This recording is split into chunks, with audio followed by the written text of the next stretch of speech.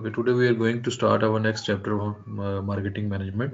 The title of the chapter is Analyzing Consumer Markets. As we have discussed earlier that there are two type of customer, consumer customers and business customers. Consumer customers are those customers who procure your items, who buy your products for their own consumption, but the business customers are those customers who purchase your items for reselling purpose or for manufacturing purpose. So in order to understand the behavior of these two different markets, chapter number 6 is about analyzing consumer markets, the analyzing the such customers who buy the product for consumption. Chapter number 7 would be the analysing business market. So आज के इस chapter में हम लोग discuss करेंगे analysing consumer market. ये consumer market में लोग किस तरह प्रोक्योरमेंट्स करते हैं, उनका बिहेवियर कैसे है, किस तरह वो अपनी डिसीजन मेकिंग प्रोसेस करते हैं, कौन कौन से फैक्टर्स हैं जो उनको अफेक्ट करते हैं during decision making process. So in depth हम एक कंज्यूमर मार्केट के जो इंडिविजुअल्स हैं उनके बाइंग प्रोसेस को, उनके डिसीजन मेकिंग प्रोसेस को, before purchasing, after purchasing process को हम इस चैप्टर में कवर करेंगे. What influence consumer behavior? First of all, we discuss what is consumer behavior. Consumer behavior is study of how individuals, groups, and organizations select, buy, use, and dispose of goods and services, ideas or experience to satisfy their needs and wants. हमने शुरू में पढ़ा था कि लोग क्या चीजें cell करते हैं, ऑर्गेनाइजेशन क्या चीजें सेल करती हैं, गुड्स पढ़ी थी, सर्विसेज पढ़ी, आइडियाज थे, एक्सपीरियंस थे, ऑर्गेनाइजेशंस थी. सो ये अब इनका बिहेवियर कैसे कस्टमर का स्टडी करें, तो इसकी डेफिनेशन ये है कि एक इंडिविजुअल किस तरह बिहेव करता है इन terms of selection of organisations, कि उसने किस ऑर्गेनाइजेशन से चीजें परचेज करनी है, किस तरह उसको यूज करना है, किस तरह प्रोडक्ट्स को डिस्पोज करना है, about the products and services of organisation. So there are different factors who influence such behavior. The first one is cultural factors, second one is social factors, and third one is personal factors. क्योंकि हम consumer behavior को पढ़ रहे हैं, so ultimately हमने वो सारे factors को देखना है जो एक इंडिविजुअल के, एक आम कंज्यूमर के बिहेवियर को, उसके डिसीजन मेकिंग को अफेक्ट कर सकता हो. सो इसमें researcher has categorised such factors into three different groups. The first one is cultural factors, the second one is social factors, and third one is personal factors. Culture factors क्या होते हैं? Culture is a fundamental determinant of person wants and behavior. Culture, subculture, social classes are particularly important influence on consumer buying behavior. और ये किस तरह आपके पास ये culture क्या होता है, ये आपका सराउंडिंग्स में, आपके फैमिली से और अदर इंस्टीट्यूशन से एक चाइल्ड ग्रोइंग अप जो है, उसका जो अपनी सोसाइटी से और अपने सराउंडिंग से जो फैक्टर्स इन्फ्लुएंस कर रहे होते हैं, they are basically the culture. Culture जो है plays an important role in the behavior of any individual because the culture is the art and of human intellectual achievements as collectively. कुछ लोग humans जो हैं वो उनके actions individual होते हैं, जब collectively वो actions perform हों तो वो कल्चर का पार्ट बन जाता है. Culture is the basically ideas, customs, social behaviour of a particular society और and group of peoples. So आपका जो कल्चर है और जो सब कल्चर्स हैं, it's play an very important role on the behavior of any individuals. Every culture consists of smaller subcultures. अब culture like अगर हम डिफाइन करें तो एक लाइक एशिया को हम कह सकते हैं, ये एशियन कल्चर्स को फॉलो कर, इनका रहना सहना, तहजीब, लाइक पाकिस्तान और इंडिया की बहुत सारी चीजें मैच करती हैं क्योंकि ये शेयर करते थे values over the period of times, norms, value, believes इनके मिलते जुलते हैं, इसीलिए हमारे बहुत सारी चीजें कॉमन है इन terms of living, in terms of clothing, in terms of beliefs. तो अब सब कल्चर्स कौन से हैं? सब कल्चर्स इस जो ब्रॉडर कल्चर है उसके सब पार्ट्स होते हैं which might include nationalities like Pakistani. फिर पाकिस्तानियों में अगर हम देखें तो सब कल्चर्स कौन से हैं? सूबे सब कल्चर्स हैं. फिर रिलीजन्स, लाइक ओवरऑल एक कॉमन कल्चर होगा, फिर इनका सब कल्चर होगा. हिंदुओं के त्यौहार डिफरेंट है, मुस्लिम्स के त्यौहार डिफरेंट है, क्रिश्चियंस के त्यौहार. अब फिर रिलीजन्स में भी सेक्टिज्म भी है, रेशियल ग्रुप्स हैं, जियोग्राफिकल रीजन है. जब सब कल्चर ग्रो करता है और तो कंपनीज उसके अकॉर्डिंगली उनको सर्व करना शुरू कर, लाइक क्रिश्चियंस के लिए डिफरेंट त्यौहार होते हैं, डिफरेंट डेट्स होती हैं, डिफरेंट ओकेजन होते हैं, मुस्लिम्स के लिए डिफरेंट होते हैं, तो ऑर्गेनाइजेशंस पे इनको टारगेट करती हैं क्योंकि ये सब्सटेंशली इनका जो तादाद है वॉल्यूम ज्यादा होता है। Virtually all human societies exhibit social stratification, most often in the forms of social class। अब फिर एक था कल्चर, फिर सब कल्चर, उसके बाद सोशल क्लासेस होती हैं। हर कल्चर में, हर सोसाइटी में डिफरेंट सोशल क्लासेस होती हैं जिनको हायरार्की में डिवाइड किया जा सकता है। लाइक पाकिस्तान की अगर हम बात करें तो हम इसको डिफरेंट सोशल क्लासेस में डिफरेंट डिवाइड कर सकते हैं और हम बड़े कॉमनली अपनी लाइफ में इनको यूज करते हैं। लाइक हम कहते हैं लोअर क्लास, या आप कह सकते हैं गुर्बत की लकीर से नीचे जो लोग हैं। अपर लोअर्स जो बिल्कुल अपना फेथ पोश है, बड़ी मुश्किल से अपना गुजारा करते हैं। वर्किंग क्लास, ये जो लेबर क्लास है। मिडिल क्लास जो थोड़ी वाइट कॉलर क्लास है।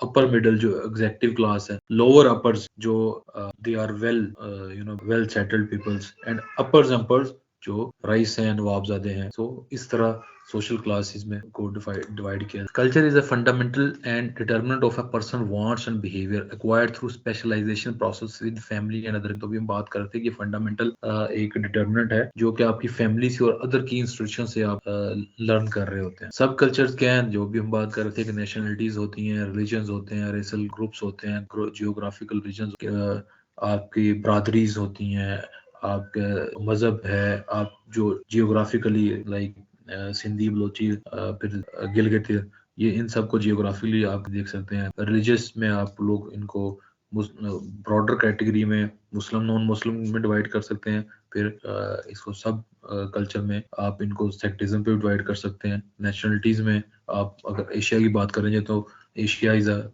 बिग कल्चर, एंड सब कल्चर में आप उनको कंट्रीज में डिवाइड कर सकते हैं। फास्ट फैक्ट्स अबाउट अमेरिका, ये अमेरिकन कल्चर की बात की गई है और उसकी कुछ एग्जांपल्स हैं। सोशल क्लासेस, ये भी अमेरिकन एग्जांपल है कि अमेरिका भी जिस तरह हमने यहाँ पे डिवाइड किया हुआ है, lower class, middle class, upper middle class.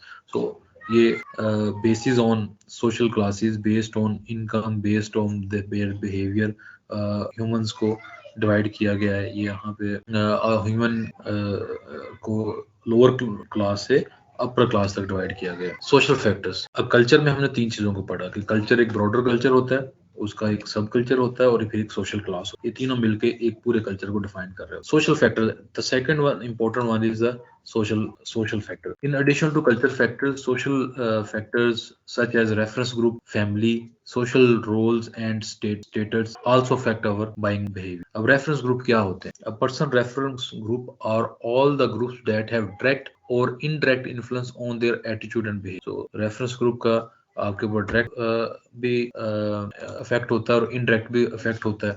Even you are member of that group or not group, or non-member groups have a direct influence on called memberships. Some of these are primary groups and some are the secondary groups. Primary groups means with whom the person interacts fairly, continuously and informally, such as family, friends, neighbors and co-workers. These are the primary groups, जहाँ पे आप formally daily basis पे continuously informally आप interact कर रहे होते हैं। जिस तरह आपके दोस्त हैं, आपकी फैमिली है, आपके नेबर्स हैं, आपके को-वर्कर्स हैं।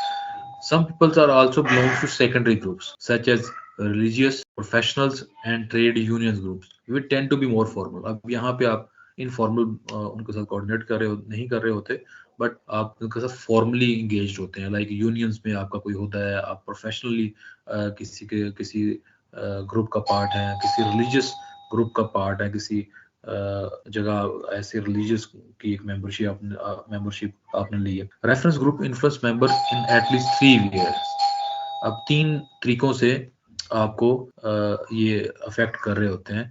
These expose an individual to new behavior and lifestyle, the influence attitude and self-concept, and they create pressure for conformity that may affect product and brand choice. ये 3 कौन से हैं? People are also influenced by groups which they do not belong.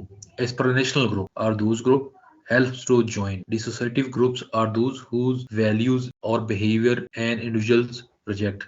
Like एक वो है जिससे आप impress हो रहे हैं और एक वो ग्रुप है जिससे आप जिससे आप बेसिकली जिनको आप रिजेक्ट करते हैं। These groups are very much important. Reason that आप इनसे अल्टीमेटली अफेक्ट हो रहे हो। मेंबरशिप ग्रुप होता है प्राइमरी और सेकेंडरी की, हम बात की। प्राइमरी वो है जिससे आप फॉर्मली इंटरेक्ट होते हैं, सेकेंडरी वो ग्रुप्स हैं जिनके साथ आप इनफॉर्मली इंटरेक्ट करते हैं। प्राइमरी में हमने फ्रेंड्स की बात की, हमने फैमिलीज की बात की, नेबरहुड की बात की, को वर्कर्स की बात की। और सेकेंडरी ग्रुप वो ग्रुप है जिसके साथ आप फॉर्मल इन्वॉल्व होते हैं, लाइक किसी ट्रेड यूनियन में, किसी सोसाइटी का आप पार्ट हैं, किसी क्लब की मेंबरशिप है। ये फॉर्मल होता है, यहाँ पे आप इनफॉर्मल इंटरेक्ट नहीं कर रहे होते। फिर ग्रुप्स, रेफरेंस ग्रुप्स दो तरह के हमने यहाँ पे डिवाइड किए हैं। एस्पिरेशनल ग्रुप्स वो ग्रुप्स हैं जिससे आप इंस्पायर हो रहे होते हैं, जिसको आप फॉलो करने की कोशिश करते हैं। और सोसाइटिव ग्रुप्स कौन से हैं? जो जिनको आप रिजेक्ट करते हैं कि इन जैसा हमने नहीं बन, basically you don't like those person. The third one is the personal factors. अब हमने तीन बात की थी, तीन इंपॉर्टेंट फैक्टर्स हैं जो अफेक्ट करते हैं, culture, social factor and personal factors. Personal factors जो हैं ये वो कैरेक्टरिस्टिक्स हैं जो इन्फ्लुएंस कर सकते हैं आपका decision making, which includes your age and stage in the life cycle, your occupation, your economic circumstances, your personality, your self concept, your lifestyle, your value. अब एज और लाइफस्टाइल किस तरह आपको अफेक्ट करता है? लाइक आपका फूड, आपके clothes, आपका फर्नीचर, आपकी थिंकिंग, ये सब चीजें over the period of time change हो रही है। आपकी एज के अकॉर्डिंगली आपके एज के अकॉर्डिंगली आपका लाइफस्टाइल चेंज हो रहा होगा, आपकी ऑक्यूपेशन के अकॉर्डिंगली आपकी बाइंग चेंज हो जाती है, आपकी अर्निंग के अकॉर्डिंगली आपकी बाइंग चेंज हो जाती है। सो ये एक लाइफस्टाइल, एक साइकोलॉजिकल लाइफ साइकिल है जहाँ पे आप लाइक एज के अकॉर्डिंगली अपनी बाइंग प्रोसेस करते हैं। लाइक एक अडल्ट है और यंग मेल और फीमेल है, सो उनकी प्रायोरिटीज डिफरेंट होंगी। अगर आपका रोल हस्बैंड या वाइफ का है तो उसका आपका बिहेवियर डिफरेंट होगा। अगर आप मैरिड हैं डिफरेंट बिहेवियर है, अगर नॉन मैरिड है तो उसका डिफरेंट बिहेवियर है। अगर आप लाइक ग्रोसरी पाकिस्तान की बात करें तो ग्रोसरी आइटम्स वगैरह की अगर प्रोक्योरमेंट्स हैं तो वो आपकी वाइफ का रोल है, तो रोल एंड स्टेटस के अकॉर्डिंगली भी आपको चेंज होता है। ऑक्यूपेशन और economic circumstances plays an important role. Reason that कि अगर आपके पास रिसोर्सेज हैं, अगर आपके पास चीजें हैं तो आप उसको प्रोक्योर करते हैं। फिर अगर आप एग्जेक्टिव क्लास में, executive class in the sense कि अगर आपकी जॉब जो है वो टॉप मैनेजमेंट की है तो आप क्लॉथिंग और आपके एक्सेसरीज आप उसको उसके अकॉर्डिंगली कैरी करेंगे। आप फॉर्मल शूज लेंगे, आप ड्रेस पैंट्स और शर्ट्स की तरफ आपका रुझान होगा, टाइज की तरफ होगा, वॉचेस की तरफ होगा। सो आपका ऑक्यूपेशन और आपके इकोनॉमिक सर्कमस्टेंसेस के आपके पास कितनी वेल्थ है, it's plays an very important role. फिर आपका पर्सनैलिटी और सेल्फ कंसेप्ट भी बड़ा रोल करता है। By personality we mean a set of distinguishing human psychological traits that lead to relatively consistent and enduring responses to environmental stimuli। तो आपकी personality की जब बात की जाती है तो आपके डिफरेंट ट्रेड्स की बात की जा रही है। आप इन ट्रेड्स के अकॉर्डिंगली आपका बाइंग जो है वो चेंज होता रहता है। अब पर्सनैलिटी आपको आपको आप इनको किस तरह डिवाइड कर सकते हैं कि आपकी जो पर्सनैलिटी है उसमें डिफरेंट ट्रेड्स होते हैं और उस ट्रेड्स के अकॉर्डिंगली आप ब्रांड्स को प्रेफर करते हैं। So brand personality is the specific mix of human traits that we can attribute to a particular brand। Stanford Jennifer Aaker ने एक रिसर्च की और he had divided the brand personality into different traits like sincerity। इसने कहा कुछ लोग sincere होते हैं, like they are down to earth, they are honest, they are wholesome, they are cheerful, they are humble। ये sincerity को ये category में उसने कुछ लोगों को डिवाइड किया और उसमें उसने जो ट्रेड्स यूज किए उसने कहा ये डाउन टू अर्थ है या नहीं है, ऑनेस्ट है या नहीं है, होलसम है या नहीं है। लाइक इंडिविजुअलिज्म की बात नहीं करता, कलेक्टिविज्म की बात करता है। चीयरफुल है या नहीं है। दूसरा उसने कहा कुछ लोग एक्साइटमेंट के ट्रेड्स के अकॉर्डिंगली भी आप उसको डिवाइड कर सकते हैं। Like he is the daring और नॉट, इमेजिनेटिव है, अप टू डेट है, स्पिरिटेड है, एक्साइटेड है।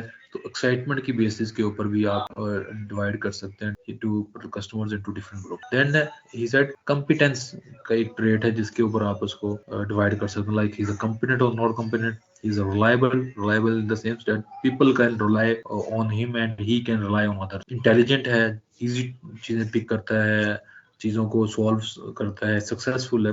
अगर हम अपनी ऑफिशियल लाइफ में देखें तो हम कुछ एम्प्लॉयज को कैटेगराइज खुद कर रहे होते हैं कि ही इज द कॉम्पिटेंट वन, ये इजीली कोई भी टास्क परफॉर्म कर लेता है, ये इजीली चीजों को पिक कर लेता है, इसको जो असाइनमेंट दें उसमें गलतियां कम होती हैं, सक्सेसफुल है, ही इज क्विक लर्नर। तो हम कॉम्पिटेंस की बेसिस के ऊपर भी डिवाइड कर सकते हैं। फिर हैकर ने सोफिस्टिकेशन के ऊपर कोई सोफिस्टिकेटेड कितना पर्सन है, अपर क्लास है, चार्मिंग है, उनके अकॉर्डिंगली, उनके बिहेवियर के अकॉर्डिंगली भी हैकर ने इनको डिवाइड किया है इन ह्यूमन ट्रेड्स के according. And the last one, ruggedness, outdoors ही है, टफ है, चीजों को इस एंगल से देखता है कि मैंने उनका मुकाबला करना है, मैंने कुछ चीज़ों को सॉल्व करना है, मैंने हालात का मुकाबला करना है। सो ये भी वो ट्रेड्स हैं जिसके ऊपर आप इसको डिवाइड कर सकते। ब्रांड्स को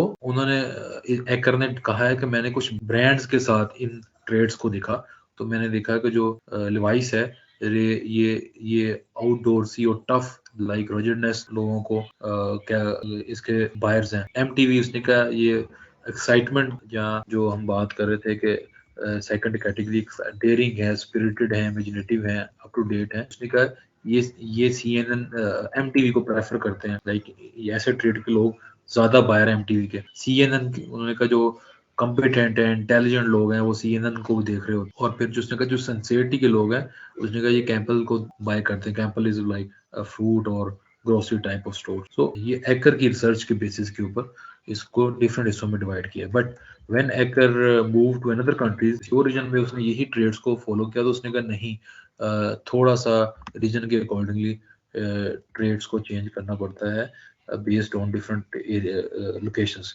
लाइक जापान और स्पेन ने इसने रिसर्च की। पीसफुल, उसने कहा जापान जो यूनाइटेड स्टेट्स पे तो यही ट्रेड्स मैंने रखे हैं। जब मैंने इसको जापान और स्पेन में इम्प्लीमेंट किया तो मैंने जो रिजिडनेस है इसको मैंने रिप्लेस किया पीसफुलनेस से, कि वहाँ पे लोग आउटडोर्सी और टफ जो है उनको मैं रिजिडनेस के अकॉर्डिंगली नहीं देखूंगा, मैंने उनको डिवाइड किया on the basis of peacefulness. इसी तरह उसने कहा कॉम्पिटेंस की जगह मैंने पैशन का वर्ड यूज किया, पैशन की पर्सनालिटी के ऊपर उनको डिवाइड किया। When I have conducted the same research in Japan and Spain. So ये बेसिकली ओवरऑल लर्निंग इसमें क्या है कि आप कि जो पर्सनैलिटी और सेल्फ कंसेप्ट है, आपकी personality is very much important, और जो पर्सनैलिटी के ट्रेट्स होते हैं आप उसके अकॉर्डिंगली चीज़ों को बाय कर रहे होते हैं, आप उसके अकॉर्डिंगली अपना बिहेवियर शो करते हैं, आप उसके अकॉर्डिंगली बाइंग एंड सेलिंग जो है वो कंप्लीट कर रहे होते हैं। लाइफस्टाइल क्या होता है? तो पर्सनैलिटी की हमने बात की, दूसरा है lifestyle is a person's pattern of living in the world as expressed in terms of activities, interest and opinion. उसका पैटर्न ऑफ लिविंग क्या है इन टर्म्स ऑफ वो क्या एक्टिविटीज परफॉर्म करता है, उसका किन एरियाज में इंटरेस्ट है, और वो लोगों के बारे में, चीजों के बारे में उसके ओपिनियंस क्या है। यहाँ पे एक एग्जांपल शेयर की गई है लोहास की। They have divided the market segment into different groups. उसने कहा पर्सनल हेल्थ प्रोडक्ट्स होती हैं, नेचुरल लाइफस्टाइल होते हैं, ग्रीन बैंकिंग होती है, और इसके कौन कौन से ब्रांड्स अवेलेबल हैं और वो इनको कितने एक्सपेंडिचर करते हैं। Consumer who worry about the environment want product to be produced in a sustainable way and spend money to advance their personal health. उसने कहा जो लोग जिनका पर्सनैलिटी और लाइफस्टाइल और जिनकी प्रायोरिटीज ये है वो एनवायरनमेंट के ऊपर फोकस्ड होते हैं, वो अपनी चीजें पर्सनल हेल्थ पे ज्यादा खर्च करते हैं, डेवलपमेंट पे खर्च करते हैं और अल्टरनेटिव एनर्जी पे खर्च करते हैं, ऑर्गेनिक चीजों पे करते हैं। और जिनके इसी तरह जिनके जो हेल्थ कॉन्शियस होते हैं, वो हेल्थ लाइफस्टाइल जिनका होता है वो हेल्थ प्रोडक्ट्स के ऊपर सेल कर चीजें करते हैं। तो this is the basic idea कि आपका एक इंसान का जो बिहेवियर है, जो एक इंसान के करेक्टरिस्टिक्स हैं, वो किस तरह के हो सकते हैं। वो पर्सनल हो सकते हैं, वो सोशल हो सकते हैं, वो कल्चरल हो सकते हैं। Figure 6.1 is the model of consumer. This model is very much important and it's share कि आपका एक इंसान का बिहेवियर किस तरह परफॉर्म कर रहा होता है। इसको देखते हैं। First of all marketing stimulus है। Stimulus means these are actions which generate reactions. Like अब ये इसमें दो तरह के एक्शंस की बात की गई है, स्टिमुलस की बात की है। Number 1 internal, number 2 external. Internal क्या है, जो हम बात कर रहे थे कि हमारी प्रोडक्ट्स क्या हैं, हमारी सर्विसेज क्या है, हमने प्राइस क्या रखी है, हमारी डिस्ट्रीब्यूशन चैनल क्या है, हमारी कम्युनिकेशन क्या है, प्रमोशंस क्या है, ये सारे आपके इंटरनल फैक्टर्स हैं within the organisation. Internal की जब बात की जाती है, जो वो फैक्टर्स हैं जो कि आपके ऑर्गेनाइजेशन के अंदर होते हैं, आपके कंट्रोल में होती हैं, आपकी स्ट्रेंथ्स हो सकती हैं, आपकी वीकनेसेस हो सकती हैं। एक्सटर्नल कौन सी हैं? These are the opportunities and threats. ये वो है जो आपके ऑर्गेनाइजेशंस के बाहर डिफाइन हो, जो आप कंट्रोल नहीं कर सकते, like economical, technological, political and cultural. लेकिन इनको हम ऑलरेडी चैप्टर नंबर 4 में पढ़ चुके हैं। अच्छा, यहाँ तक हमने कंप्लीट किया था कि ऑर्गेनाइजेशंस विद इन ऑर्गेनाइजेशंस क्या है और आउट ऑफ ऑर्गेनाइजेशन कौन से फैक्टर्स हैं। अभी इनका कॉम्बिनेशन जो है ये it will lead to the next step. Next step is about consumers. यहाँ पे इनका जो मिक्स है वो आप मार्केट में लॉन्च करते हैं। मार्केट में आप कस्टमर्स एंड कंज्यूमर। कस्टमर्स को दो तरह की चीजें अफेक्ट करती हैं। एक उसके पर्सनल कैरेक्टरिस्टिक्स कि उसका कल्चर क्या है, उसका सोशल क्या है, उसका पर्सनल, और पर्सनल फैक्टर्स कौन से हैं जो भी हम पढ़ रहे थे कि कल्चर में, सब कल्चर में, सोशल क्लासेस। सोशल फैक्टर में हमने उनके ट्रेड्स वगैरह को पढ़ा, हमने रेफरेंस ग्रुप्स को पढ़ा, और फिर पर्सनल में हमने उसके पर्सनालिटी और लाइफस्टाइल्स को पढ़ा। ये सारे फैक्टर्स का मिक्स उसको अफेक्ट कर रहा होगा on the one side. On the other side there are psychological factors. Customer की साइकोलॉजी क्या है, लाइक मोटिवेशन क्या है, परसेप्शन क्या है, लर्निंग क्या है, मेमोरी क्या है। मोटिवेशन इन द सेंस कि वो कौन से फैक्टर्स हैं जो कि उसको फोर्स कर रहे हैं कि वो ये चीज जो प्रोडक्ट है किसी फर्म की खरीदे, वो बाइंग करे। वो कौन से मोटिवेशन फैक्टर, इसको हम डिटेल में भी पढ़े। परसेप्शन मीन्स कि वो दिमाग में क्या सोचता है। लर्निंग मीन्स कि उसके एक्सपीरियंस और प्रीवियस एक्सपीरियंस जो है, और या उसने दूसरों के एक्सपीरियंस से जो लर्न किया है वो उसके ऊपर क्या इफेक्ट है डालते हैं। और मेमोरी मीन्स कि उसको कौन कौन सी चीजें याद रही, क्या उसको आपकी कंपनी की पुरानी यादें पॉजिटिवली या नेगेटिवली इफेक्ट कर रही हैं, या सब्स्टिट्यूट की या कंपेटिटर की उसको जो मेमोरी है वो उसको कैसे इफेक्ट करेगी। ये चारों चीजें मिलके आपके साइकोलॉजिकल फैक्टर्स हैं और इसके साथ कल्चरल फैक्टर हैं। ये चारों चीजें 7 फैक्टर्स मिलके आपके बाइंग प्रोसेस को अफेक्ट कर रहे होते हैं। लाइक आपको बता रहे होते हैं कि आपका प्रॉब्लम क्या है, आपकी मोटिवेशन आपको बता रही होती है, आपकी लर्निंग, परसेप्शन, कल्चर आपको बता रहे हैं कि प्रॉब्लम रिकग्निशन क्या है, मुझे कौन सी प्रॉब्लम इन द सेंस कि मैं क्या चीज खरीदना चाहता हूँ, मैं किस, बिकॉज आपकी कोई भी नीड है वो आपका प्रॉब्लम है और उसके सोल्यूशन के लिए आप अफेक्ट जा रहे हो। Your basics are your needs are your problems, उसका सोल्यूशन क्या है, डिफरेंट प्रोडक्ट। उस प्रॉब्लम रिकग्निशन के बाद आप इंफॉर्मेशन सर्च करते हैं, मार्केट से वैल्यूएट करते हैं कि कौन कौन सी मार्केट में लोग अवेलेबल, परचेज डिसीजन करते हैं कि मैंने चीज खरीद ली है या खरीदनी है, फिर पोस्ट बिहेवियर देखते हैं। और फिर सेकंड होता है परचेज डिसीजन में फिर आप कौन सी प्रोडक्ट सेलेक्ट की, प्रोडक्ट्स में फिर कौन सा ब्रांड सेलेक्ट किया। प्रोडक्ट इन द सेंस कि मैंने कॉस्मेटिक प्रोडक्ट लेनी है तो cosmetics are the products, but उसमें से मैंने फिर कौन सा ब्रांड लेना है, that is the product brand. फिर डीलर, किस डीलर से मैंने लेना है, पर कितनी अमाउंट में मैंने परचेज करनी है, किस टाइम पे मैंने परचेज करनी है, और पेमेंट मेथड क्या होगा, कैश, क्रेडिट, ऑनलाइन पेमेंट्स। तो ये सब चीजें इस पूरे मॉडल के हैं, starting from your firm ending to the payment method. तो इस पूरे प्रोसेस में से हमने अभी पढ़ा है मार्केटिंग स्टडी हम पढ़ चुके हैं, अदर स्टडीज हम पढ़ चुके हैं, कंज्यूमर कैरेक्टरिस्टिक्स हमने डिस्कस अभी की है राइट नाउ, और now we will discuss consumer psychology starting from motivation. कि मोटिवेशन क्या होता है। मोटिवेशन भी 3 तरह की थ्योरी है जो कि यहाँ पे डिस्कस किए। There are other theories as well, but these are the famous theories.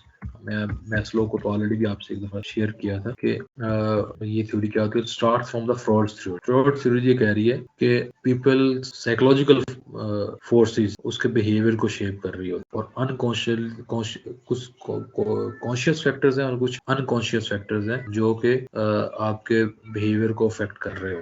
Behaviour is guided by subconscious motivation. तो सबकॉन्शियस मोटिवेशन उसने का बहुत जरूरी है कि आपके माइंड में क्या चीजें चल रही हैं जो आपको अफेक्ट कर रही है, और ये ही सबकॉन्शियस चीजें जो आपको अफेक्ट कर रही थी। Someone who examines specific brand will react not only to their stated capability.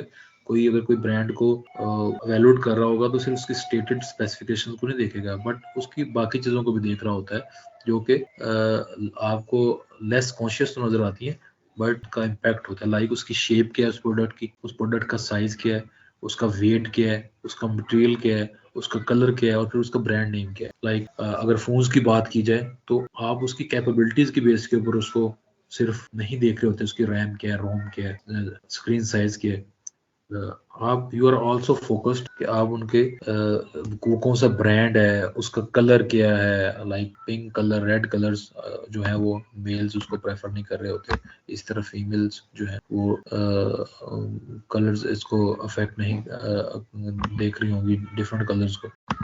So these are the according to Freud's theory, कुछ फैक्टर्स अनकॉन्शियसली भी आपको मोटिवेट कर रहे होते हैं कि आपने चीजें लेनी है। मैस्लो हायरार्की ऑफ नीड्स के वेरी मच एक्सेप्टेबल, मार्केटिंग बहुत इसको ऊपर फोकस्ड किया जाता है, बहुत पुरानी थ्योरी और बहुत ही ज्यादा रेलेवेंट है। As per Maslow hierarchy of needs, आप ये हायरार्की ऑफ नीड्स है, मैस्लो ये कहता है कि इंसान की डिफरेंट कैटेगरीज होती हैं, उसका बिहेवियर जो है उसकी डिफरेंट क्राइटेरिया है, जो कि स्टार्ट होता है बेसिक नीड से टू अनमेट नीड्स। जैसे जैसे वो नीड पूरी होती जाती है, इंसान की ख्वाहिशें बढ़ती रहती है। फॉर एग्जांपल मैस्लो कहता है कि आपकी जो फर्स्ट नीड है वो है फिजियोलॉजिकल, आपकी फिजियोलॉजिकल नीड्स के जीने के लिए आपको जो चीज, लाइक आपको खाना चाहिए, आपको पानी चाहिए, आपको शेल्टर चाहिए, रोटी कपड़ा और मकान की पीपल्स पार्टी की बात हो रही है। सेकंड जो नीड है उसने कहा जी सेफ्टी नीड्स हैं।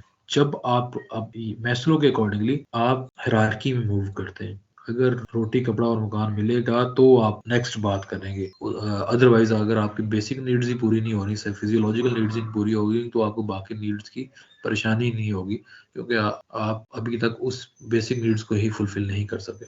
सेफ्टी नीड्स क्या कहती है? सेफ्टी नीड्स कहती है security, protection. I have food, I have water, I have shelter. No, I want such society, such area जहाँ पे मुझे सिक्योरिटी होगा। मैं जा रहा हूँ तो मेरा मोबाइल चोरी नहीं हो जाएगा, मैं जा रहा हूँ मुझे उठा के नहीं ले जाएगा, कोई वीगो नहीं आ जाएगी, मैं जा रहा हूँ तो कोई हंगामा नहीं हो रहा होगा, मुझे प्रोटेक्शन फील कर रहा हूँ, मैं जब मूव कर रहा हूँ तो मुझे प्रोटेक्शन फील हो कि राइट मैं ऐसी एरिया में हूँ जहाँ पे मेरे जो बेसिक्स राइट्स हैं उसको फॉलो किया जा रहा है। Third, once you have met your safety needs, Maslow कहता है कि नेक्स्ट नीड्स आपकी हैं social needs. Now you want कि I need sense of belonging, कि मेरे कुछ टर्म्स हों, मेरी दोस्तियां हों, मुझे लोग जाने, लव नीड्स, लाइक आपकी मैरिज हो, आपके बच्चे हों, ये सारी वो चीजें जो हैं ये आपकी third hierarchy. Fourth is the esteem needs. Esteem में सेल्फ एस्टीम, रिकॉग्निशन, स्टेटस, इसकी बात की कि लोग आपको जाने, लाइक अगर आप किसी ऑर्गेनाइजेशन में जाएं और आप वहां पे काम कर रहे हो तो इट्स योर एटमोस्ट ट्राई कि आपको लोग आपकी रिस्पेक्ट करें, आपको आपके नाम से पहचाने, आपको रिकॉग्नाइज करें, आपको सर्टिफिकेट्स दें, बोनसेस दें, स्टेटस हो आपका। And the last one is self actualization. ये वो नीड है जो जिसपे रिसर्चर्स कहते हैं कि बहुत कम लोग इस कैटेगरीज में फॉल होते हैं। लाइक हम लोग अगर आम आदमियों की बात करें तो लाइक कायदे आजम, गांधी, अमेरिकन प्रेसिडेंट, सो ये वो नीड्स हैं जिनको, ये वो एक्चुअलाइजेशन है जो कि बहुत कम लोग इस लेवल तक पहुंच सकते हैं या पहुंचते हैं हमारी society. So according to Maslow ये हायरार्की ऑफ नीड, ये these are the motivations which help you to behave against any brand. For example, अब हमें इस मार्केटिंग में इस हायरार्की को पढ़ते हैं। हमने अभी बात की इस मॉडल में कि मोटिवेशन है, what motivates you to buy the product। तो अगर मैस्लो के फॉर्म हम लोग थ्योरी को देखें तो अकॉर्डिंग टू मैस्लो थ्योरी आपकी जो मोटिवेशन है वो आपका फिजियोलॉजिकल नीड हो सकती है, food could be your need, और फिर आप फूड रिलेटेड प्रोडक्ट्स के पास जाए, ब्रांड्स के पास जाए। इफ योर इज शेल्टर तो फिर आप घर बनाने वाले साइड पे जाएंगे। If your need is security and safety तो आप किसी अच्छी जगह पे, अच्छी सोसाइटी की तरफ जा रहे हो। तो these are the all the practical motivation जो अभी हम पढ़ रहे हैं। फ्रोड्स मैस्लो के थ्योरी के बाद एक थर्ड थ्योरी है जिसको हर्ट्जबर्ग थ्योरी कहते हैं। ये वो कहता है कि आपकी दो फैक्टर्स हैं जो आपको मोटिवेट करते हैं, लाइक डिससैटिस्फायर्स फैक्टर्स और दूसरा सेटिस्फाइड फैक्टर्स। ये भी बड़ी इंपॉर्टेंट थ्योरी है। Dissatisfied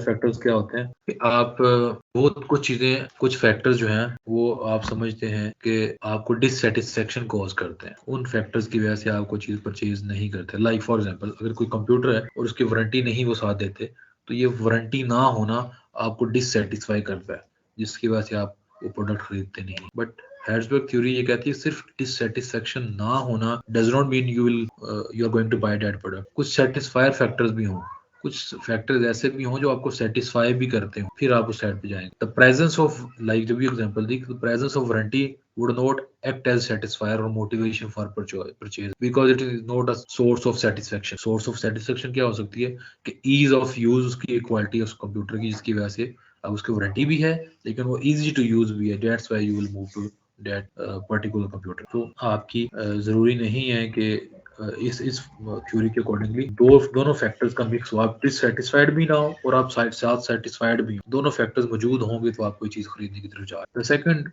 important physical factor is perception. Perception क्या होती है? Perception is the process by which we select, organize and interpret inputs to create a meaningful picture of the world. ये process है जिसके अकॉर्डिंगली आप information को select करते हैं, ऑर्गेनाइज करते हैं, इंटरप्रेट करते हैं ताकि आपको मीनिंगफुल इंफॉर्मेशन मिल सके और आप कोई डिसीजन मेकिंग कर सके। अब लोग जो हैं वो उनकी डिफरेंट परसेप्शन होती है सेम ऑब्जेक्ट के ऊपर, और उसकी रीजन होती है 3 different perceptual process.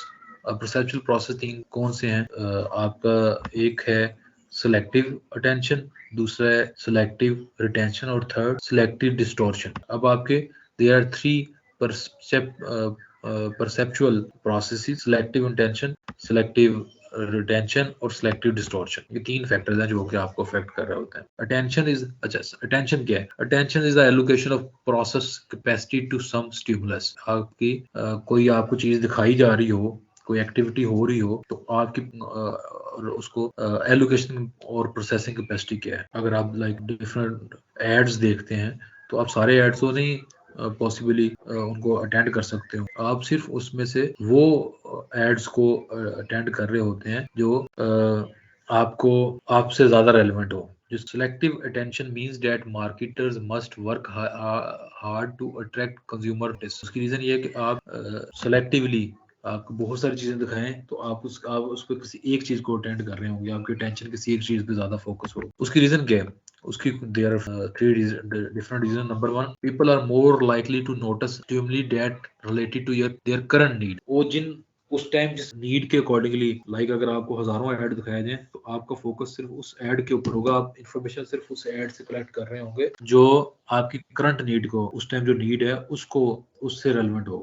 People are more likely to notice stimuli they anticipate. You are more likely to notice जिसको आप एंटिसिपेट कर रहे हो। लाइक अगर हम किसी ऐसी शॉप पे जाएं, लाइक कंप्यूटर की शॉप पे जाएं, तो हम एंटिसिपेट कर रहे होंगे वहां पे सारे कंप्यूटर ही हैं। आप वहां पे ये एंटिसिपेट नहीं कर रहे होंगे वहां पे रेडियो भी पड़ा हो या वहां पे टीवी भी पड़ा है। आप कंप्यूटर शॉप पे जाएंगे तो आप वहां पे सिर्फ फोकस कर रहे हो कंप्यूटर्स में भी, टीवी और रेडियो पे आपका ध्यान आ जाए। People are more likely to notice stimuli whose deviation are large in relationship to the normal size of stim. Like अगर आपको कोई कहे जी कि ये 5 लाख की चीज है, इसके ऊपर 5 रुपए का डिस्काउंट है, तो आप तो उसको नोटिस ही नहीं करेंगे। लेकिन अगर आपको कहा जाए कि 5 लाख की चीज है, 1 लाख रुपए का डिस्काउंट है, तो आप उसको नोटिस। तो ये सिलेक्टिव इंटेंशन है जो कि आप लाइक कर रहे होते हैं due to your current need, due to your anticipated notice के आपने ऑलरेडी जहन में ख्याल किया होता है कि आप इस एरिया में तो आपको आप सब्जी मंडी में तो सब्जियां ही है यहाँ पे। People are more like to. फिर थर्ड ये है कि आप डेविएशंस,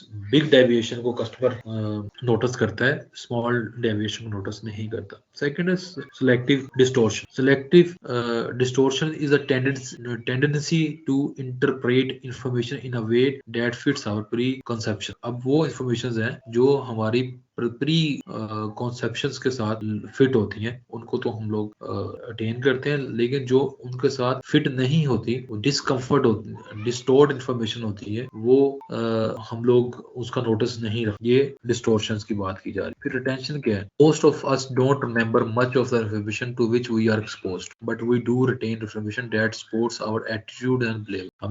हमें फॉर एग्जांपल 100 ऐड दिखाए गए, उसमें से कुछ को हमने अटेंशन दी, कुछ को हमने डिस्टॉर्ट किया और फिर हमने कुछ को हमने रिटेन कर। सो ये हमारी एक परसेप्शन का प्रोसीजर है। Most of us don't remember much of the information because we are exposed, but we do retain information that supports our attitude और बिलीव। हमारे बिलीव्स और एटीट्यूड से जो मैच करती है वो हम रिटेन कर लेते हैं। We are likely to remember good points about any product, or we are likely to forget good points about competing products. अब दोनों के good points हैं, लेकिन हम सिर्फ उस ब्रांड के good points याद रखते हैं जो हमें पसंद हो। इवन के competitors के भी points लाइक यूफ और जैज, अगर हम दोनों के गुड पॉइंट्स हैं तो हम जिसके कस्टमर हैं हम उसी को प्रेफरेंस दे रहे होंगे, उसी को नोटिस करेंगे, दूसरे के गुड पॉइंट्स के ऊपर भी हमारा फोकस। अच्छा, एक सबलिमिनल perception भी होती है, but this selective perception mechanism requires consumers active engagement and thought. A topic that has for a subliminal perception, ये subliminal perception क्या होती है कि कंज्यूमर जो है वो कॉन्शियसली अवेयर नहीं होता है इन चीजों से, yet they affect behavior। कि आपको ऐसी मार्केटर जो है वो अपने एड्स और पैकिंग में ऐसी इंफॉर्मेशन शेयर करते हैं जो कि कंज्यूमर से अवेयर नहीं हो रहा होता, लेकिन वो अल्टीमेटली अफेक्ट कर रहा होता है उसको। लर्निंग एंड इमोशन, लर्निंग और emotions is another psychological factor जो कि आपको अफेक्ट कर रहा होता है, जो किसी भी कंज्यूमर को अफेक्ट कर रहा होता है। लर्निंग क्या है? When we act we learn. जब भी हम कोई चीज एक्शन करते हैं उसे लर्न कर रहे होते हैं। Learning induces changes in our behaviour arising from our, हमारे बिहेवियर में जो चेंजेस आती हैं वो थ्रू लर्निंग आती हैं ड्यू टू आवर एक्सपीरियंस। और लर्निंग की बेसिस के ऊपर ही हम डिसाइड करते हैं कि हमने कोई चीज खरीदनी है नहीं खरीदनी, किसी प्रोडक्ट की तरफ जाना है या नहीं जाना। और ह्यूमन बिहेवियर की ये एक नेचुरल गॉड गिफ्टेड एबिलिटी है कि हम लोग लर्न करते हैं। अब लर्निंग ह्यूमन बिहेवियर जो है वो इंसिडेंटल लर्निंग भी होता है और एक्सपीरियंस लर्निंग भी होता है। लर्निंग के बाद जो the next topic is emotions. Emotions, consumer emotions is not all cognitive and rational, much may be emotional and invoke different kinds of feel. अब आपकी इमोशनल फीलिंग्स क्या है? अ ब्रांड और प्रोडक्ट में make a consumer feel emotions like pride and confidence. An ad may create feelings of amusement, disgust or wonder. Emotions are connected to the choice we make as तो हम brand जो है वो consumer की pride और confidence को भी effect कर सकता है। मे बी उस प्रोडक्ट को यूज करते हुए आपका जो कंज्यूमर है वो फील कर रहा हो, कॉन्फिडेंस फील करता हो। जैसा अभी हमारे बहुत सारे डिटर्जेंट्स जो हैं वो उनके एड्स अगर आप देखें तो वो सर्फ एक्सेल दाग तो अच्छे होते हैं, तो आपको कॉन्फिडेंस देते हैं कि even you have the ugly shirts और you have mud on your shirt, आप उसको वॉश आउट कर सकते हैं। There is no need to fear कि आपको किसी से डांट पड़ेगी। तो इस तरह के एड्स जो बनाए जाते हैं ये आपको एक इमोशनली कॉन्फिडेंस दे सकते हैं। फिर कुछ ब्रांड्स हैं जो आप यूज कर रहे हैं तो आप लग्जरी फील करते हैं, तो emotions plays an important role. तो हम जो बात कर रहे थे कि ये वो फैक्टर्स हैं जो आपको मोटिवेट करते हैं or to proceed for the next stage of buying behavior which is making any purchase। तो आपने जब भी स्टिमुलस देनी है, कोई एक्शंस लेने हैं ताकि कस्टमर रिस्पॉन्स करे, तो आपने फोकस करना है कि आपकी प्रोडक्ट उसको इमोशनली भी पॉजिटिवली अफेक्ट करे। फिर मेमोरी है। मेमोरी क्या है? मेमोरी को हम short term memory, long term memory में डिवाइड कर सकते हैं। और टेम्पररी और लिमिटेड जो इंफॉर्मेशन आप रेपिसोडरी इंफॉर्मेशन है वो शॉर्ट टर्म मेमोरी है, और परमानेंट और जो लॉन्ग टर्म आप इंफॉर्मेशन स्टोर करते हैं अपने माइंड में, that is long term memory. अब मेमोरी आपको डिफरेंट एसोसिएटेड नेटवर्क मॉडल से, मेमोरी मॉडल से आप उसको अंडरस्टैंड कर सकते हैं कि एक जब प्रोडक्ट आपके साथ कांटेक्ट होती है तो आपको कितनी डिफरेंट लेवल ऑफ मेमोरीज उससे आप स्टोर कर रहे हो। लाइक ये इंश्योरेंस कंपनी की बात की है कि आपकी मेमोरी में ये चीज़ें चल रही होती हैं कि ये अराउंड अ लॉन्ग टर्म आपके पास है, ये सेफ है, रिस्पॉन्सिव है, बिहेव कर दे, कन्वीनियंट है आपके लिए, इसकी रेपुटेशन अच्छी है, ये फास्ट सेटलमेंट कर देते हैं, ये पर्सनल सर्विसेज देते हैं, ये हमारे अच्छे नेबर हैं, जो इसके कमीशन एजेंट हैं या एम्प्लॉइज हैं वो हमारे नेबरहुड में रहते हैं, इनका कलर बड़ा अच्छा है। गुड होम और ऑटो, ये 2-3 कैटेगरी में अच्छी इंश्योरेंस देते हैं। रिलायबल है, डिपेंडेबल है, गुड रेपुटेशन है, कंजर्वेटिव है, top of the line insurance है। सो ये सारी चीजें आपके मेमोरी में आपके स्टोर हो रही होती हैं। अब जब भी किसी इंश्योरेंस की बात है और आपके सारे पॉइंट्स तो याद नहीं आ रहे होंगे, लेकिन कोई पूछेगा कि रिलायबल इंश्योरेंस किसकी है तो आप फौरन इस ब्रांड की बात करेंगे। कोई पूछेगा कि कन्वीनियंट शॉपिंग किसकी हो रही है, फास्ट सेटलमेंट कौन सा करता है, तो कोई भी इसमें से क्लू या वर्ड आपके जहन में आएगा तो आप मेमोरी रिस्ट्रैक्ट करेंगे, एक्सट्रैक्ट करेंगे और आप उसको इनकोड करेंगे और फिर आप एक्सप्लेन करेंगे। वंस मैं एक दफा दोबारा उस मॉडल की तरफ आऊँगा जो अभी जिसकी बेस के ऊपर हम ये डाटा स्टडी कर रहे हैं, ताकि आपको थोड़ा सा क्लैरिटी हो जाए कि हो क्या रहा है इस चैप्टर में। अगेन हम बात कर रहे थे इस मॉडल की। दिस मॉडल इज कि आपकी ऑर्गेनाइजेशन और आपका इन्वायरमेंट मिलके एक आपको फोर्स करते हैं कि आप कोई चीज खरीद। आपको एज अ कंज्यूमर कौन से फैक्टर्स हैं जो अफेक्ट कर रहे होते हैं। आपका कल्चर कर रहा होता है, आपका सोशल फैक्टर्स आपको अफेक्ट कर रहे होते हैं, और आपके पर्सनल फैक्टर्स आप मीन टाइम आपके कंज्यूमर कुछ साइकोलॉजिकल फैक्टर्स हैं जो आपको मोटिवेट करते हैं किसी चीज को खरीदने से। परसेप्शन आपकी होती है, लर्निंग होती है और मेमोरी होती है। तो अभी हम इस जो बॉक्स में 7 फैक्टर्स हैं वो अभी तक हमने इस चैप्टर में पढ़े। वंस ये ऑर्गेनाइजेशन इनको अंडरस्टैंड करती है सक्सेसफुली, तो बाइंग प्रोसेस में जब कस्टमर या कंज्यूमर जाता है तो it would be easy for you कि आप उसको आपके ब्रांड को वो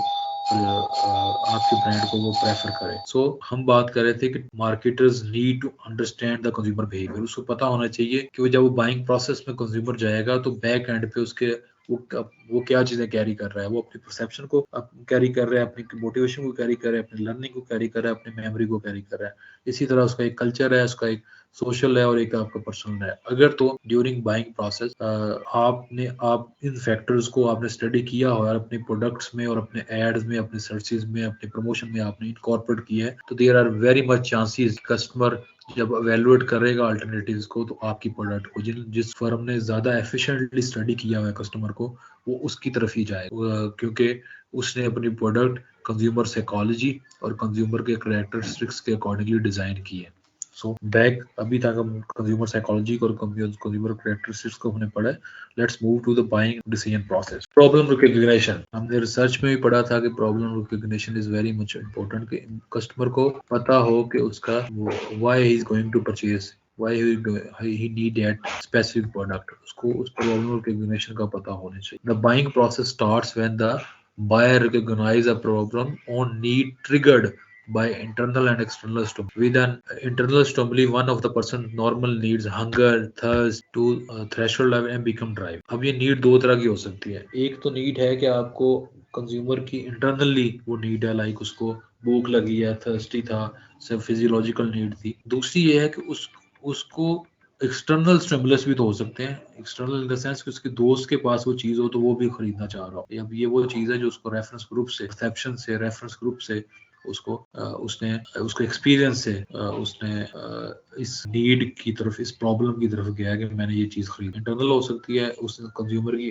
अपनी ज़हनी जिस्मानी रिक्वायरमेंट्स थी। दूसरा था कि उसको किसी सेकंड पर्सन को देख के वो नीड, लाइक किसी के पास वो ड्रेस है तो मैं भी उस तरह का ड्रेस लूँ, किसी के पास कोई कार है, किसी के पास कोई टीवी है, किसी के पास कोई घड़ी है, किसी के पास मोबाइल है, तो उसको देख के उसको वो नीड रिकॉग्नाइज हुई। फर्स्ट ऑफ ऑल वो प्रॉब्लम रिकग्निशन करेगा कि मुझे ये चीज क्यों चाहिए। Second important one is information search. अब वो इंफॉर्मेशन सर्च करेगा कि मैं ये चीज कहाँ से परचेज कर सकता हूँ। इसके कौन से सोर्सेज होंगे?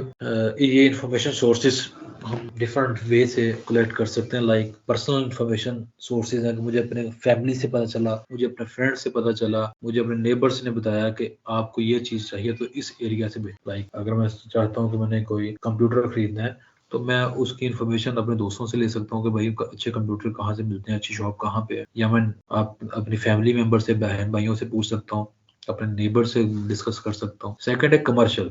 अब कमर्शियल सोर्सेज क्या है? कमर्शियल इन द सेंसेस के एड्स आ रहे थे, टीवी एड से पता चला कि कौन कौन सी शॉप्स हैं। आप हाईवे पे जा रहे हो, इस्लामाबाद हाईवे पे तो बोर्ड लगा होता है कि मियाँ इलेक्ट्रॉनिक्स को इतनी सेल लगी हुई है। जापान इलेक्ट्रॉनिक्स की बहुत बड़ी कंपेन जहाँ पे हाईवे पे काफी दिन चलती रही है कि कौन सी प्रोडक्ट कितने की है। सो फ्रेंड्स कॉर्पोरेशन की सेल्स की यहाँ पे बात होती रही, हाईवे पे बहुत ज्यादा बिलबोर्ड लगे हुए। तो कमर्शियल से, एडवर्टाइजमेंट से पता चला। सेकंड, वेबसाइट से पता चल सकता है आपको, सेल्स पर्सन से पता चल सकता है, फोन कॉल्स करें आपको, या किसी जगह पे, किसी एरिया पे आप गुजर रहे थे तो वहाँ पे कोई सेल्स पर्सन वहाँ आपको बता रहे थे कि कहाँ से चीजें मिल सकती, उनकी प्रोडक्ट्स, उनकी कंपनी के डीलर से आपको इन्फॉर्मेशन मिल सकती है, डिस्प्ले से पता चल सकती है। सो ये तो कमर्शियल थी जो कि ऑर्गेनाइजेशंस या जो फर्म है जो चीजें सेल करती है उनकी एफर्ट्स होती है। थर्ड होता है पब्लिक। पब्लिक है कि मैस मीडिया से, कंज्यूमर रेटिंग ऑर्गेनाइजेशन से आपको पता चल। थर्ड एक्सपेरिमेंटल से कि आप खुद आपने किसी जगह पे एग्जामिन किया हो, गुजर रहे हो, वो शॉप देखी हो, बाहर आपको आइडिया हो गई, या आपने खुद वो प्रोडक्ट प्रीवियसली यूज की हो, खुद आपने उसका एक्सपीरियंस किया हो, तो आपको पता था लास्ट टाइम इधर से खरीदी है, तो अगर सेम प्रॉब्लम या सेम प्रोडक्ट आपको दोबारा चाहिए तो आप कहाँ से। जैसे आप इंफॉर्मेशन सर्च करते हैं तो इंफॉर्मेशन सर्च के बाद के कुछ डायनामिक्स हैं, वो अभी हम लोग देखते हैं यहाँ पे। सोर्सेस ऑफ इंफॉर्मेशन थे और ये डायनामिक्स हैं जो आप इंफॉर्मेशन सेलेक्ट करते हैं उसको यहाँ पे एक्सप्लेन किया हुआ है। लाइक फॉर एग्जांपल मार्केट में 6 डिफरेंट कंप्यूटर मैन्युफैक्चरर अवेलेबल हैं। ये है टोटल सेट, टोटल कितने मैन्युफैक्चरर मार्केट। अवेयरनेस सेट क्या कहता है कि आप इनमें से कितने को अवेयर। तो यहाँ पे 5 की बात की गई है। NEC से आप जानते ही नहीं थे कि ये भी कोई प्रोडक्ट। इसमें से आपने कंसिडर कौन से किए हैं? अब 5 में से आपने उसको 3 को कंसिडर किया कि भाई मैं इसमें से जो एप्पल, डेल और तोशिबा को देखता हूँ, बाकी को का तो मुझे इतना एक्सपीरियंस भी नहीं है और मुझे इतना पता भी नहीं है। फिर आप जो कंसिडर करते हैं उसको भी आप चॉइस सेट में ले आते हैं कि ठीक है यार, इनमें से जब मैंने खरीदना है तो मैं एप्पल या डेल के ले लेता हूँ, तोशिबा भी इतना रेनॉल्ड नहीं है। और फिर आप डिसीजन लेते हैं कि अब मैंने इन 2 में से कौन सा लेना है। तो these are the sources of information कि आपके डिफरेंट सोर्सेज होते हैं जिसके थ्रू आप इंफॉर्मेशन कलेक्ट कर रहे हो। So any question till now? So no question at all.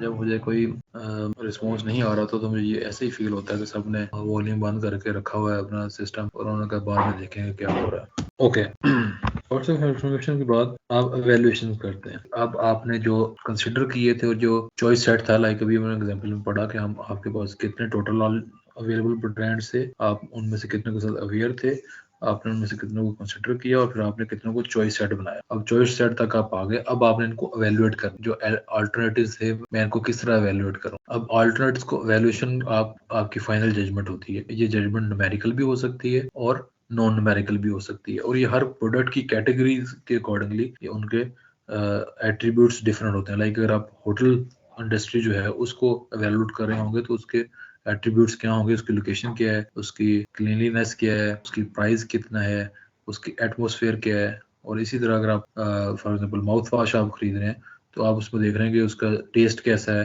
Flavour कैसा है, कलर कैसा है, उसके जर्म्स को किल करने की कैपेसिटी क्या है, उसकी प्राइस क्या है। अगर इसी तरह आप गाड़ी का टायर खरीदना चले जाएं तो आप उसमें देखेंगे कि उसकी प्राइस क्या है, ब्रांड कौन सा है, सेफ्टी कितनी है, लाइफ साइकिल इतना उसका कितना है, उसकी राइड क्वालिटी कौन सी है। इन ये बेसिकली आप एट्रीब्यूट्स की बेसिस पे वैल्यूएट करते हैं।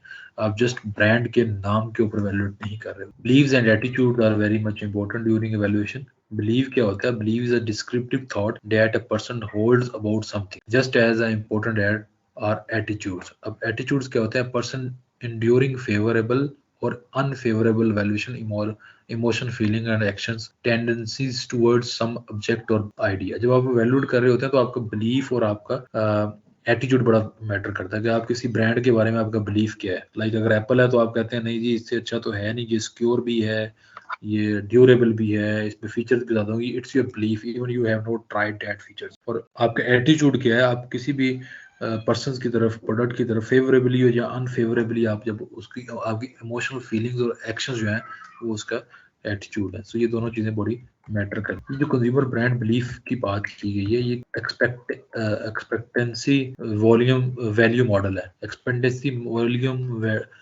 मॉडल क्या होता है कि आप किसी प्रोडक्ट से आपका बिलीफ क्या है कि उससे क्या आपको पॉजिटिव या नेगेटिव में चीजें मिलेंगी। फॉर एग्जांपल आपने कहा कि 2 लैपटॉप है, लैपटॉप ए है और लैपटॉप बी। आपने इसको प्रोबेबिलिटीज या स्कोरिंग असाइन कर दी कि लैपटॉप ए की जो मेमोरी कैपेसिटी है वो कितनी है, आपने इसको फॉर एग्जाम्पल 40% वेटेज दे दी। फिर आपने कहा कि इसकी ग्राफिक कैपेबिलिटी कितनी है, लाइक आपने इसको 30% वेटेज दे दी।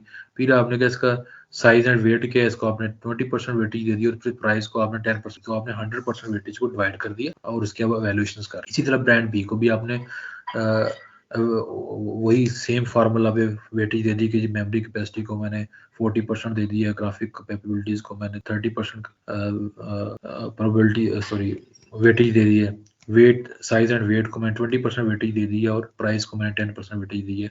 तो अब मैं देखूंगा कि इस वेटेज के अकॉर्डिंगली स्कोर क्या है। सो यहाँ पे ब्रांड ए को स्कोर दिया गया और ब्रांड बी को स्कोर दिया गया और फिर इनको सी एंड डी को भी वैल्यूड किया गया और अल्टीमेटली डिसाइड किया गया कि ब्रांड जो लैपटॉप ए है, क्योंकि उसके स्कोर्स हर एक में ज्यादा हैं तो आप उसको सिलेक्ट कर। लेकिन क्या यहाँ पे लर्निंग क्या है कि अगर तो आप ब्रांड ए हैं तो that's good, you have the good valuation attributes. But अगर आप ब्रांड भी हैं, व्हाट यू शुड डू कि अगर आपकी फर्म सेलेक्ट नहीं होती तो आपको क्या करना चाहिए?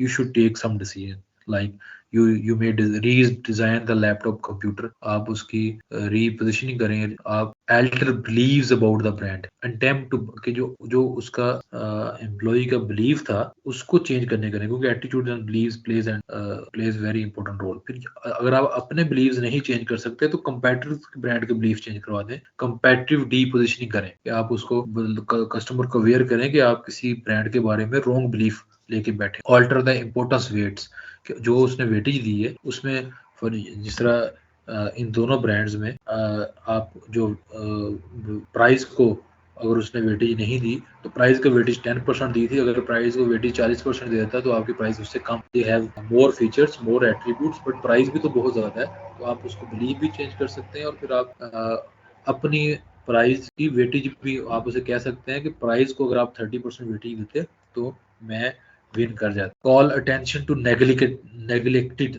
Attributes, marketer could draw buyer attention to neglected attributes के भाई इसके अलावा भी तो एट्रीब्यूट्स हैं, मेमोरी, ग्राफिक्स कार्ड, साइज और वेट के अलावा आप इसके डिज़ाइन को भी देख लेते हैं, शायद डिज़ाइन अच्छा है, इसके कलर को देख लेते हैं, आपने उसको जो एट्रीब्यूट्स हमारे अच्छे थे उसको आपने कंसिडर नहीं किया, तो आप एट्रीब्यूट्स के ऊपर फोकस करवा सकते हैं through campaign management, through ads, through sales calls, through personal visits, ताकि आपकी product purchase. Shift the buyer ideals. The market could try to pursue buyers to change their ideal level for one or more attributes. ये वही वाली बात है कि आप उसको बताएंगे आप अपने आपने जो वेटेज असाइन की है वो ठीक। Steps between once you have evaluated the available brands, तो नेक्स्ट स्टेप इसमें है कि आप परचेज का डिसीजन लें। सो इस फिगर में शुरू किया गया है कि आप जब एवेल्यूएशन ऑफ ऑल्टरनेटिव्स करते हैं तो आप डायरेक्टली डिसीजन नहीं करते। आप जब आप एवेल्यूएशन करते हैं तब तक आपको सिर्फ अटेंशन होती है कि हाँ अब मैं खरीद लूंगा, ये मैंने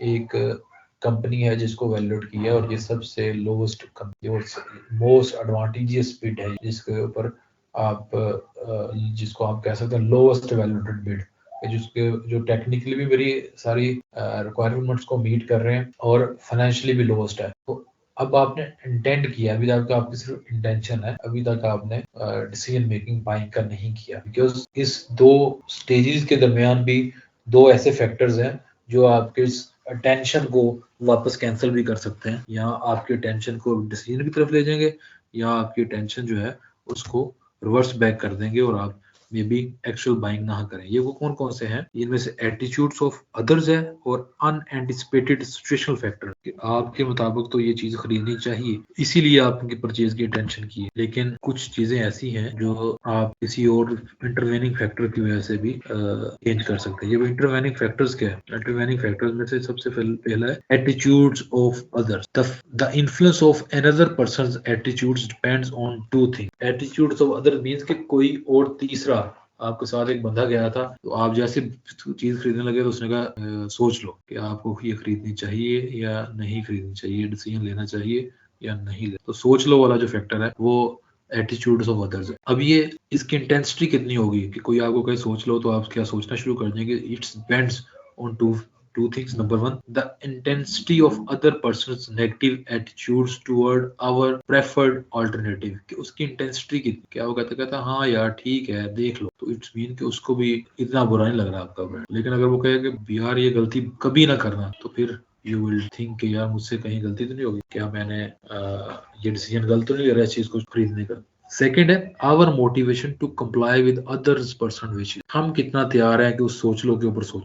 अगर तो वो हमारा बहुत ही आइडियल पर्सन है, लाइक हम समझते हैं कि उसको गाड़ियों का बहुत पता है, तो फिर मैं गाड़ी उससे पूछे बगैर नहीं लूंगा, इवन कि मैंने मे बी अच्छा डिसीजन किया हो और उसका डिसीजन खराब हो, बट बिकॉज मैंने उसको आइडियलाइज किया हुआ है कि उसकी sense of buying car is very good, तो मैं फिर उसके ऊपर ही फोकस्ड होऊंगा, मैं फिर उसके डिसीजन के मुताबिक ही डिसीजन करूंगा। सो ये दो फैक्टर्स है। फिर सेकंड है इसमें जो रिलेटेड अल्टरनेटिव जो सिचुएशनल फैक्टर्स वो कौन से हैं? वो कंज्यूमर रिपोर्ट्स हो सकती हैं, थर्ड पार्टी को रिव्यू आपने देख लिया कि यार ये इस ब्रांड की मैंने चीज खरीदी थी, इस तरह अभी काफी ट्रेंड है कि हम कोई चीज ऑनलाइन शॉपिंग करने जाते हैं तो अनएंटिसिपेटेड फैक्टर में मिल जाता है कि हम उसके ऑनलाइन रिव्यूज देख लेते हैं कि उसके कितने सेटिस्फाइड कस्टमर है, इवन कि वो रिव्यूज भी कुछ ऑथेंटिक ज्यादा नहीं होते, अपने दोस्त यारों से रिव्यूज लिए होते हैं, बट सम हो अगर बहुत बड़ा ब्रांड है तो उसके चांसेस है कि कुछ रिव्यूज मेरिट पे भी हो। अनएंटिसिपेटेड सिचुएशनल फैक्टर्स जो हैं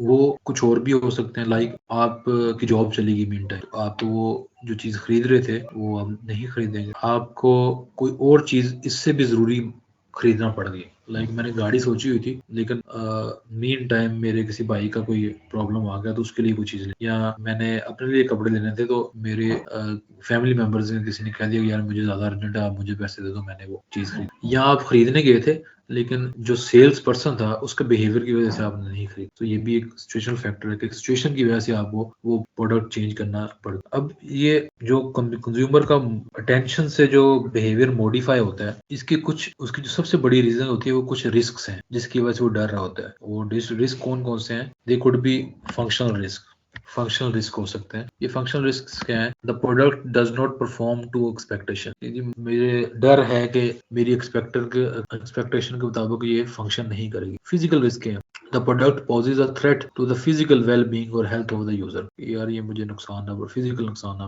पहुंचे। फाइनेंशियल रिस्क, जितना मैं पैसा पे कर रहा हूँ मुझे उतनी वैल्यू वापस नहीं मिलेगी। सोशल रिस्क, मुझे एम्बेरसमेंट ना हो लोगों के सामने, यही दोस्त मुझे के शाम को जब बाकी दोस्तों में बैठ गए तो भाई आज तो ये ठगा गया, जिसने जो शॉपिंग किया ये तो बिल्कुल इसने फजूल की है, मैंने तो ये चीज 500 रुपए की ले ली। साइकोलॉजिकल रिस्क कि ये मेरी मेंटली मुझे डिस्टर्ब ना करे। और टाइम रिस्क कि अगर ये प्रोडक्ट फेल होगी तो मुझे दोबारा से ये सारी चीजें रिपीट करनी पड़ेगी, दोबारा दिन इसको इससे जान छुड़वाने के लिए इस प्रोडक्ट से और नई चीज खरीदने के लिए दोबारा आदमी एनर्जी मुझे सर्व करनी पड़ेगी। अच्छा, अब आपने वंस आप ये दो जो इश्यूज थे ये यहाँ पे अभी हम इनको जब पढ़ रहे थे, एटीट्यूड्स ऑफ अदर्स और अनएंटिसिपेटेड सिचुएशनल फैक्टर्स, अगर ये दोनों भी पॉजिटिव हों, लाइक दोनों आपको नेगेटिवली आपकी अटेंशन को चेंज ना करें तो आप परचेज डिसीजन लें, आप चीजें खरीद लें। Once you have purchase the goods, अब आप क्या करते हैं? You have 3 different decision. One, you buy any product और सर्विसेज, आप 3 काम करते हैं। या तो आप उसको रख लेते हैं अपने पास, कीप इट, आप उसको रख लेते हैं, लेकिन आप किन चीजों के लिए रखेंगे? वो 3 चीजें, जिस मकसद के लिए आपने खरीदी थी आप वो मकसद को उसको उसी पर्पस के लिए सर्व कर। नंबर 2, अभी आपका पर्पस थोड़ा चेंज हो गया तो आप अपने किसी और पर्पस के लिए इसको यूज करना शुरू कर दिया। थर्ड वन, आप उसको अभी कहते हैं कि ठीक है मैंने ले ली है, परफ्यूम ले लिया है मैंने, लेकिन अभी मैं इसको यूज नहीं करूंगा, आप उसको स्टोर कर लेते हैं अलमारी में। ये तो एक तरीका। सेकंड ये कि आपको खरीदने के बाद फील होता है कि मैंने इसे जांच छुड़ा ली है तो अच्छी नहीं है, तो जांच छुड़ाने के जो तरीके हैं वो 4 है। सबसे पहले उसको उठा के फेंक दें, throw it away. Number 2, sell it, आप इसको सेल कर दें, लेकिन सेल किसको करेंगे? आप सेल कर सकते हैं किसी मिडल मैन को कि वो आगे खुद ही बेचता रहे, थ्रू मिडल मैन कि वो कहेगा कि प्रॉपर्टी आपकी रहेगी लेकिन मैं जब ये बिक जाएगी तब आपसे उठाऊंगा। थर्ड, डायरेक्टली आप किसी कंज्यूमर को सेल। फिर है trade it, barter system use कर, गिव इट अवे, आप इसको फ्री में किसी को दे। थर्ड है get it rid of it temporarily, अभी आपने चीज तो खरीद ली है लेकिन अभी आप उसको यूज नहीं करना चाह रहे तो आप उसको स्टोर भी नहीं करना, तो क्या करें? आप उसको गाड़ी लिया रेंट पे दे दें या किसी दोस्त को लैंड करें, दोनों ऑप्शंस हैं। These are the ways consumer dispose, these are the maximum possible situations. आप देखें कि कोई भी बिहेवियर किसी भी एंगल से आप पोस्ट प्रोडक्ट को एवेल्युएट करेंगे तो these are the possible factors कि आप उसको टेम्परेरी किसी को दे देंगे, हमेशा के लिए उसे जांच छुड़वा लेंगे, या हमेशा के लिए उसको रख। Next is decision heuristics. Decision heuristics क्या होते हैं इसको देखते हैं। Previously, we have reviewed some common heuristics that occurs with contemporary decision making. Other heuristics similarly come into play in everyday decision making when consumer forecast the likelihood of future outcomes or इनमें से पहला जो है तो the availability heuristics है. Consumer base their predictions on the quickness and ease with which a particular example of outcome come into mind. For example, if an example comes to in mind too easily, consumer might overestimate the likelihood of its happening. For example कैसे product failure may lead to consumer to inflate the likelihood of a future product failure, कि अगर एक दफा वो चीज fail हुई है तो फ्यूचर में भी वो प्रोडक्ट फेल होगी। And make him more incline to purchase a product warranty, इसलिए उसको फोर्स करेगी कि आप फ्यूचर में प्रोडक्ट गारंटी लें। सेकंड है the representativeness heuristics. Consumer base their prediction on how representative or similar the outcome is the other example. One reason package appearance may be similar for different brands in the same product category is that marketers wants their product to be seen as representative of the category as a whole. Third है inquiring or Adjustment heuristic. Consumers arrive at initial judgment and then adjust it based on additional information. For service marketers, a strong first impression is critical to establish a favorable anchor. So subsequent experience will be interpreted in a more favorable. So ये तीन heuristics हैं जो availability के ऊपर होता है, representativeness पे होता है और एंकरिंग एंड एडजस्टमेंट की बेसिस पे होता है. This is the end of chapter number 6. So this is the end of chapter number 6.